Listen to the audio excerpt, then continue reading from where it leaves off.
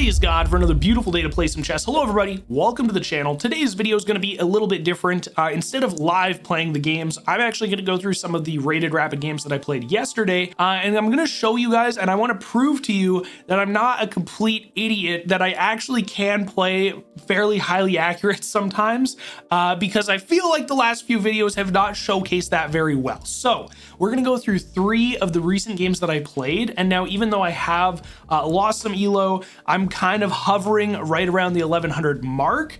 I needed a little bit of an ego boost, I guess, or a little bit of a cushion, because it has been very painful for the last week and a bit to only upload videos of me losing rated rapid games. So this is the first game that I'm going to show you guys against Football 1514. Now, I'm also going to say, if you are a channel member and you like the game reviews and the analysis videos, I am going to do a game review and analysis of these 3 games because they were above 80% accuracy. But this is just going to be a walkthrough of the matches. That's why I'm doing 3 of them, because we're going to probably go through them fairly quickly. So this first game, I think it was like a 94% accuracy, something along those lines. And I played the French defense. Now I've got about a 50% win rate with the French defense, and my openings, both for the French and for the Italian game, are pretty good for the most part, unless somebody throws something that I've never seen before.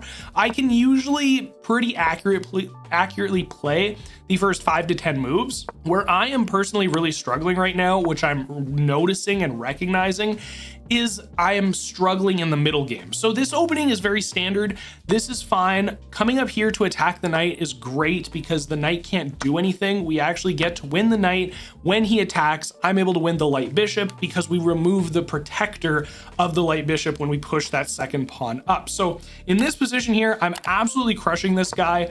It felt really good. I'm not gonna lie. Like I said, I needed a bit of an ego boost. I needed to show you guys, to prove to you guys, I know how to play chess. I know what the pieces do. I'm not completely blind all of the time. I think some of it also has to do with when I'm recording. I am trying to think of like stuff to talk about or things. I want the videos to be slightly more entertaining than dude looks at chessboard, because there's however many other people that you could go watch do that. But you want to tune in to watch an idiot blunder mate in 1 every other day. So after he moves his knight back, I was like, you know what? I'm going to attack his queen. I'm going to win a bit of a tempo. Even if he decides to take, I'm going to be able to take. And I'm trying to get better at also recognizing that if I'm up on material, I can look for more aggressive plays that are going to trade material in my favor. So when he takes and I'm able to take back, I'm still up 5 material. My bishops are quite active in the middle of the board. They're doing a lot of work. I've got my knight over here. He can kind of do a little bit of protecting. I mean, he's not doing a lot, but he's stopping the queen from coming in here and giving me a check. This pawn decides to push up, which is totally fine, but it does leave the e pawn hanging, which I noticed, I capitalized on. I get a slight boost to my material advantage. He decides to bring his knight over, which would potentially reveal an attack on my queen. I decide that, you know what, if you want to attack my queen, I'm going to attack your queen. I have the material advantage right now, so even if you decided to move your knight somewhere, I'm going to be able to take your queen, you can take my queen, I can get my bishop out, or I can come into here and attack this rook, bringing your king more central. Now, that's not necessarily the greatest idea because I'm just going to lose the bishop, but the idea here is that even if he comes down, which he would have maybe been able to come down and put me into check, and then I can take, and then he could take, I can still take because he's not threatening this light bishop. So when he pushes up to try to stack his rooks, I decide to actually bring my dark bishop over here because this is going to be checkmate. Now I'm anticipating some sort of a pawn push here. In this position, I'm like, okay, he's gonna see this, we're gonna get the pawn push, but at the very least, I've got my bishop kind of moved over. If he pushes his pawn, that's gonna give me an opportunity to castle, maybe even long castle, get my king further away from all of the action happening on this side of the board. But to my surprise, my opponent actually decided to build a battery with his rooks.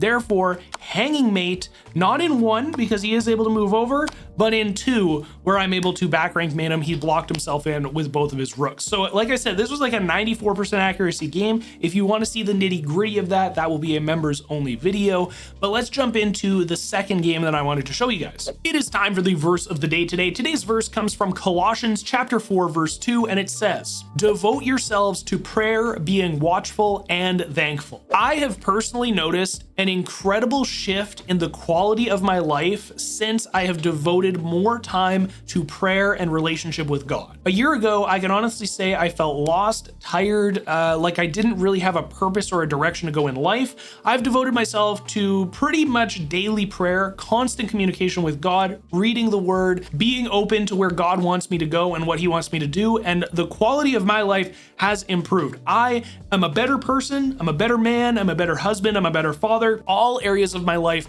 have gotten better, and I am incredibly thankful for that. The end of this verse says to be thankful, and I truly am so thankful to God for the life that he's provided me. So this verse was incredibly encouraging to me. It has been very active and real to me in my life. I hope it was encouraging to you as well. And with that being said, let's jump back into the chess match. So this game is against Sir Pero Tres. I don't know how to say his name, but that's okay. And this was a game where I actually got to play the Haxo Gambit.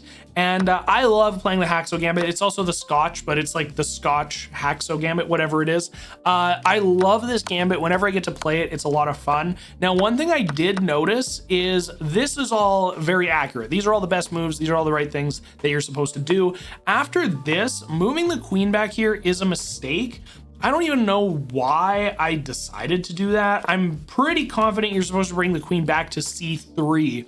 In this position, you build a battery attacking the rook. If the knight comes over here, you're able to push up. Then you could, if his pawn takes, you can take, he takes, you take with the queen, you put him into check, you're attacking this. Like, it's just so much better to bring the queen back. But I didn't do that, which got me into not a bad position, but not a completely crushing position. Even after pushing this pawn up, he's able to win a tempo on my queen here. I have to move backwards. He's able to win the pawn now. I did decide to trade, my idea being that I'm still going to be able to put him into check after all of the trades are said and done. So I do decide to do this. He decides to pin my queen to the king, but because I still have castling and he does not, I figured that this would be totally fine, fair, and acceptable. So I castle over here. His light bishop decides to attack the knight.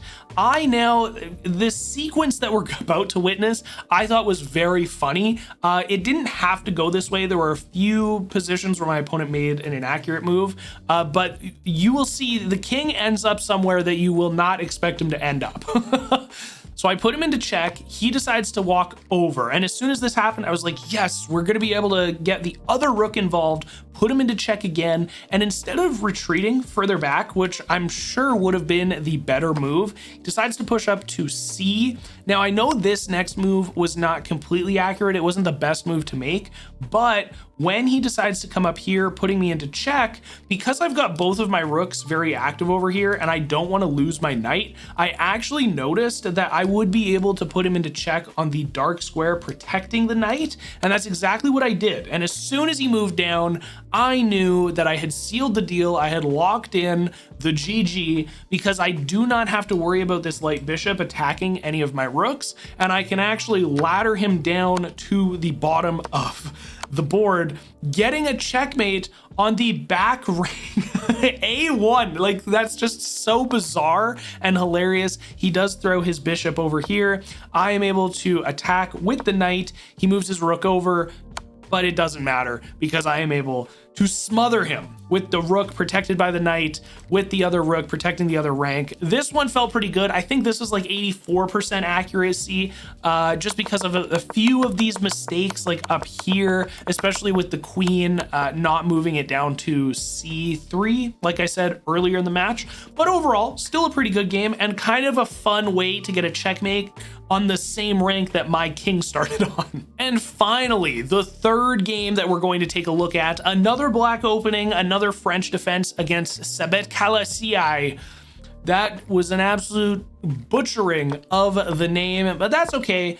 He decided to open up with a fianchetto for the light bishop. I decided to just continue on with the French defense. This, I think, was a 91% accurate game, something very similar to like 91%. So all of this opening, like I said, is pretty standard, pretty acceptable. When he decides to trade the dark bishop, I'm totally fine with it because my queen still has a lot of influence. His knight is not going to be able to come out here and then jump over to this light square, the a4, which usually happens when the knight develops and your queen and bishop are over here. So that made me feel a little bit more confident. I decided to bring the other knight out, just develop some pieces, and when he attacks the queen, I just move over, pinning this pawn to the king, not allowing the knight to develop after the, like if this pawn wants to push. It also stops the knight from jumping over here, so his knight basically has to jump in front of his king if he wants to develop it. That's not what he does. He's looking to castle on the king side, which makes a lot of sense when you're getting a lot of pressure on the queen side. You want to castle king side for the most part anyways. Now I decided to initiate this trade anyways, and the reason is because after I take and his rook moves over here to attack me, I'm able to attack this hanging pawn, which feels pretty good in this position. There's no other way for him to attack me, and I'm up by a pawn now, so I would be okay with looking at a few trades. So when his pawn decides to run away, I decide I'm going to develop my light bishop. That's going to stop the queen from being able to put an attack on this diagonal here. It also means that when I move my knight, looking for this trade that he gives me because his knight jumps in, closing this off in the middle still, giving me a little bit of breathing room for this central pawn. And then I'm also able to take this hanging pawn, getting my queen out of danger, not looking at it getting attacked anymore, and with an opportunity to maybe take this pawn if his queen decides to move off of d1. Now he comes in to attack me, and this is just a blunder by my opponent. Didn't realize that my queen was still looking at that square. His queen comes over here now, and I realize I got a castle. I cannot let the queen take this G pawn if I get too greedy with this other pawn. He pushes up. I'm able to stop the progression of this. He pushes over. That also revealed an attack on the queen with my light bishop. I'm able to push this other pawn up, protecting it. He jumps over here. I'm able to scoop up the hanging pawn. He wants to attack me. We still have 8 more moves here, by the way, which also is another thing. I want to show you guys that sometimes I can run accurately deeper into the games. This is a 30 move game where I played at 90% accuracy. It's not like I won in like 6 moves because I got some weird like mate in 7 gambit. So when he jumps up here attacking, I'm able to defend both the pawn and the light bishop. He moves his light bishop down. I push my pawn up. I got a passed pawn. I'm going to push it up. He's looking to attack. I think he's looking to really just come in here for the checkmate. I noticed that I'm able to actually just stop the progression of this while also attacking the light bishop. Now, you could probably also push up the h6 pawn. He might want to come in and attack. He would end up just losing his bishop though. So I do push up the central G pawn. He has to move back. I'm able to push my pawn yet again. He's coming in here attacking the pawn that is very close to promoting, and I just scoop this pawn up that is now hanging because I'm like, if he wants to take this, I'm ahead by 9 material after taking this pawn. That feels pretty good. I'm feeling all right. He stops the progression, and instead of trading off here, I decide, hey, look at this. That's a very juicy checkmate. So if you want to protect and stop this pawn, I'm going to be looking at this checkmate. He notices it, which is totally fine. I'm just going to put him into check. He's going to have to move over. He's going to have to put his king in the way. He does move over. I'm able to win the rook now because of that beautiful fork and check. He is able to scoop up the pawn, and then when I move over here attacking the queen with my other rook, my opponent decides to resign because here, wherever he moves, I'm going to be able to put him into check again. He might be able to move his king over, but 2 rooks, a queen, and a bishop against a queen and a bishop with 3 pawns around the king. It's not looking particularly good for your boy. So guys, that's 3 games that I played that I felt pretty good about, highly accurate. I'm not a complete idiot. I sometimes win Rated Rapid games, but I'm taking a break from Rated Rapid on the channel for my own feeling good about myself and not only showcasing me being a dumb, stupid idiot. Hope you enjoyed this one. Super appreciate you. And a big shout out to the 2 King channel members on the channel, that being James and Josh. You guys are incredible. Your support really does mean the world to me. Hope you enjoyed this one. I hope God blesses you in the rest of your day today, and I will see you guys in tomorrow's video. Peace.